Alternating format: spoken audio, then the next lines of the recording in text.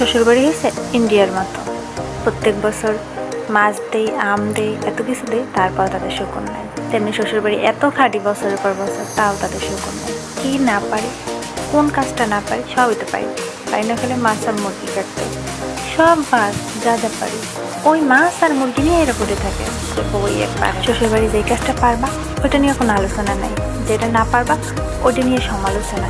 এই জায়গা বসে সমালোচনা, ওই জায়গা বসে শোনা। যাক, যার শ্বশুরবাড়ি আছে তার নামে সমালোচনা হইবেই, কারণ শ্বশুরবাড়ির কাজে এটা। আর এইদিকে আমার মনুর বাপে কী করলো, রান্না করা শেষ, এমন একটা মাছ রয়েছে ইলিশ মাছ, সেই ইলিশ মাছ বোনা খাইবে। আইসেই করতেছে ইলিশ মাছটা বোনা করো। এই মনুর বাপের নিয়ে আসে আর এক জ্বালায়, মানে রান্না করা শেষ হয়ে যাবে, এরপর সে এক একটা নিয়ে আইবে। এটা রান্ধো খামো, ওইটা রান্ধো খামো, এরে রান্না করা শেষ হওয়ার আগে আনলে তো হয়। যাক, আনছে ভালো হয়েছে। ইলিশ মাছ আবার আমার অনেক পছন্দ, থাক, খাইতে মন চাইছে, রাঁধতে বেড়ারও খাই, নিজেও খাই। এই তো দেখছেন তো মাছটা কাটা শেষ হয়ে গেছে। এরপর শ্বশুরবাড়ির মানুষ কয় কি আমি নাকি মাছ মুরগি কাটতে পারি না। আরে পারি না তো পারবো, সমস্যা কি? মাছটা ছোটো দেখে আপনারা আবার কিছু মনে করেন না, আসলে মানুষ তো অল্প, এই একটা মাছে একবেলা চলে যাব। আলহামদুলিল্লাহ, আল্লাহ যা রিজিকে জোড়ায় তাই খাই।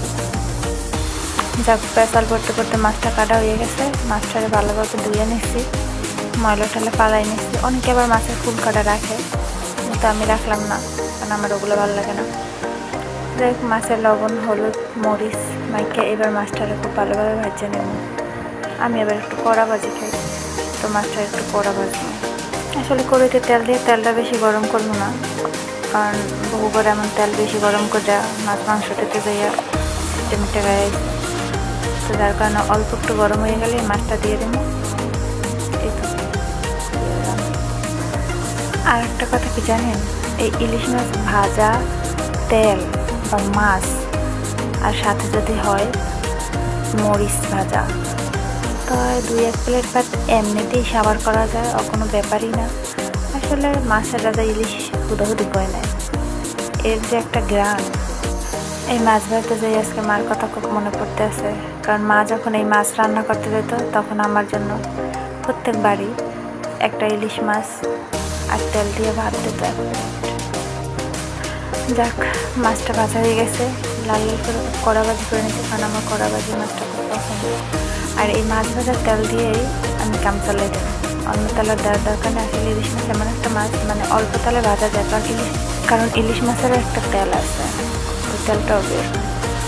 তো তেলের ভিতরে দিয়ে দিলাম আমি বাটা পেস্ট, আর আমি বাটা পেস্ট দিয়ে রান্না করি, কারণ বাটা পেস্ট দিলে কমে পারা যায়।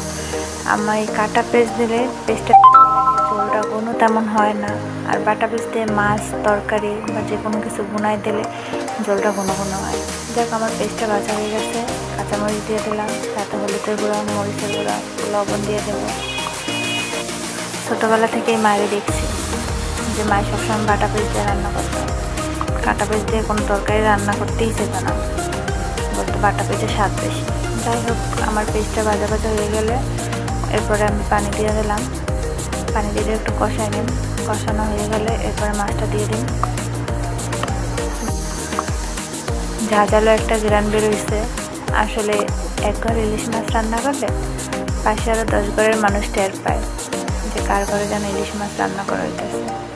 এটা এমনই একটা মাছ, এই মাছটা পছন্দ করে না এমন কোনো মানুষ নাই। এই ইলিশ মাছের উপাধি দেওয়া হয়েছে জাতীয় মাছ।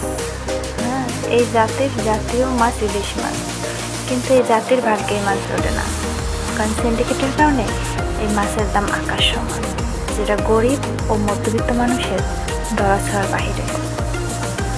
যাই হোক, মাছটা বোনা হয়ে গেল, এরপর একটু জিরার গুঁড়ো ছিটিয়ে দিলাম। এই তো মাছটা হয়ে গেছে, এবার মাছটারে নামাই নেব। হ্যাঁ, অপেক্ষা রইলাম জামাই কখন আইবে আর হেরে দিব, হে পেট করে খাইবে। এটা আমার নতুন চ্যানেল, এই ছোট্ট চ্যানেলটাকে বড় করার জন্য আপনাদের সাপোর্ট আমার অনেক দরকার। তো প্লিজ সাবস্ক্রাইব অ্যান্ড লাইক দিয়ে পাশে থাকবেন। আল্লাহ হাফেজ, বাই বাই, টাটা।